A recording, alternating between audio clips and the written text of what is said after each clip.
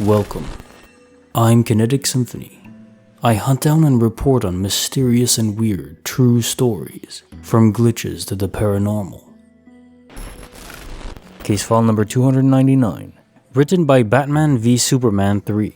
When you look and look and look and look and look everywhere for something you lost, and then it turns up in the most obvious spot possible, somewhere you couldn't possibly have missed. This happened earlier this year, I believe around March 2021, and it was witnessed by me and in a way, my wife as well. I told my friend about it right when it happened. It is probably the one thing that convinced me beyond any doubt something is peculiar about this world. So one day, I got home and couldn't find my wallet. I think it's no big deal. It's in my car like the other 99.999% of the time when I can't find it. I usually leave my wallet in the car sometimes. I check my house just to be sure. Nope, not here. Oh well, it's in the car then. So a couple hours pass and I'm like, man, I need my wallet. So I walk downstairs to the car and search the passenger seat of my 4-door sedan, because usually that's where I leave it. I check and I can't find it. I look in my work laptop bag and I look around the passenger seat and even the driver's seat and I can't find it. I think that's weird. So I retrace the events of that day and remember having it up to a certain point at 100% probability, let's say at 2 p.m. The only places I had gone after that point was a friend's house for an hour and then straight home.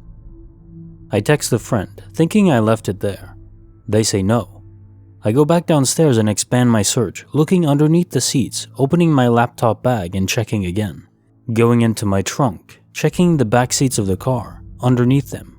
There's nothing, nada. So at this point, I text the friend again and say check underneath the table or something, in case it fell out of my pocket and rolled underneath the furniture. Again, they reply they checked and there was nothing. I'm like, are you sure? They were positive.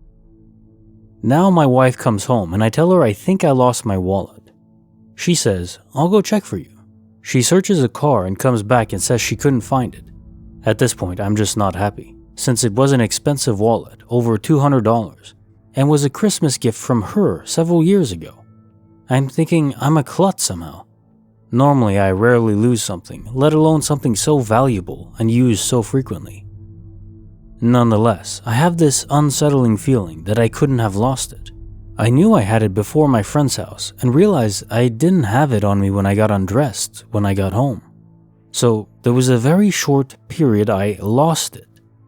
I started thinking it's not possible. No way that I lost it during this time.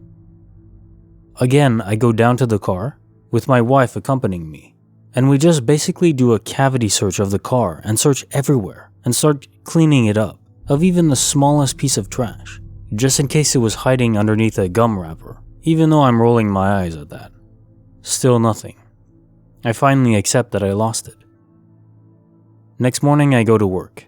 I'm bummed out that I lost my wallet and took one of our spare credit cards to buy myself lunch that day. Just as a Hail Mary before I leave, I search the car one more time and even the trunk. Nope, nothing. Worth a try though. I leave for work. I go into work and take my laptop bag and go about my day. Now comes lunchtime, around noon. I leave for an hour to eat lunch. Here's where things get weird. I'm sitting in the McDonald's drive-thru, waiting for my order and to pay with my spare credit card, when I think, man, I can't believe I lost my wallet. I'm like, what a hassle. Now I have to call all the companies to cancel my cards. As I'm thinking this, I look over to my right, and there, sitting on the passenger seat, is my wallet. I just stare at it for a minute, not believing what I'm seeing. I slowly touch it as to confirm it's real. I then pick it up and open it. Yes, this is my wallet. Everything is here. I set it back and take a picture, as proof I'm not crazy and it's really there. After a very brief period of happiness and relief, fear and confusion set in. How is this possible, I thought. I searched the car numerous times and even had my wife search it too. For it to be sitting out in the open on the passenger seat is next to impossible. That would be the first place any pair of eyes would scan. If I was stuck in some obscure spot, I would at least be forced to second guess my ability to look properly. But not being in this spot made me know that there was no possible way 2 human beings would miss it. At this time, I send the picture to my wife and she happily asks me where I found it. I tell her right where it is in the picture, sitting on the passenger seat with nothing else in sight around it. She says that's impossible. I tell her I'm not lying. I text my friend about this and say this is insulting to my intelligence at this point, as if I'm being mocked by the simulation. I would just accept this and move on.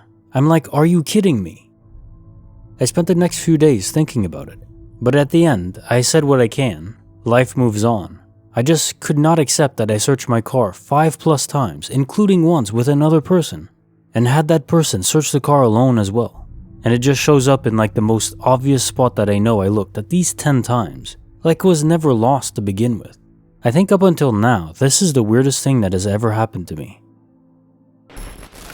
Case notes. So in the comments I was discussing this with another listener, and he suggested that maybe when objects go missing and reappear, it's because of shadow people, or maybe just ghosts, whatever entities that we can't see and normally interact with. They're out of phase with us, so it stands to reason that maybe they can cause other objects to go out of phase too, and then make them come back when they want. For what reason they would do this, I don't know. I mean, it could just be as simple as wanting to prank us, make us doubt our own minds, kind of gaslighting us with physical objects. Which, I'm not entirely against. It's kind of a funny prank, although I would like a sign that it's them, something that says, okay, yeah, this makes certain sense that it's them. You know what I mean? Another thought is that shadow beings are like game devs of reality. You know how in MMORPGs, you have game developers that can take form in the world. Although they can do so in weird ways, they can become creatures or giant versions of them. They can be invisible and stuff like that. Well, maybe that's what shadow beings are. Maybe they're not just humans phased out and stuck in limbo, but they're actually game devs that are, just there playing with us and having fun. As long as they don't hurt anyone, I suppose it's not a bad thing. Just a hunch. If you're enjoying this video, consider giving it a like. Now on to the next story. Case file number 300, written by C. Woodard123. There's the hubby, just taking out the trash. Wow, it's been 30 minutes. Where the hell is he? This happened a few months ago. My husband has been working remotely from home since the beginning of our notable world event. We live in an old farmhouse. The front door and side door are both located in the kitchen. To get in or out of the house, you have to walk through both the kitchen and living room. I woke up one morning, made a cup of coffee, and sat on the edge of the couch to watch the news and weather. Husband walks out of our bedroom, past me in the living room, and into the kitchen. Turns to tell me he's going to set the trash out by the curb for pickup. He walks outside to take out the trash.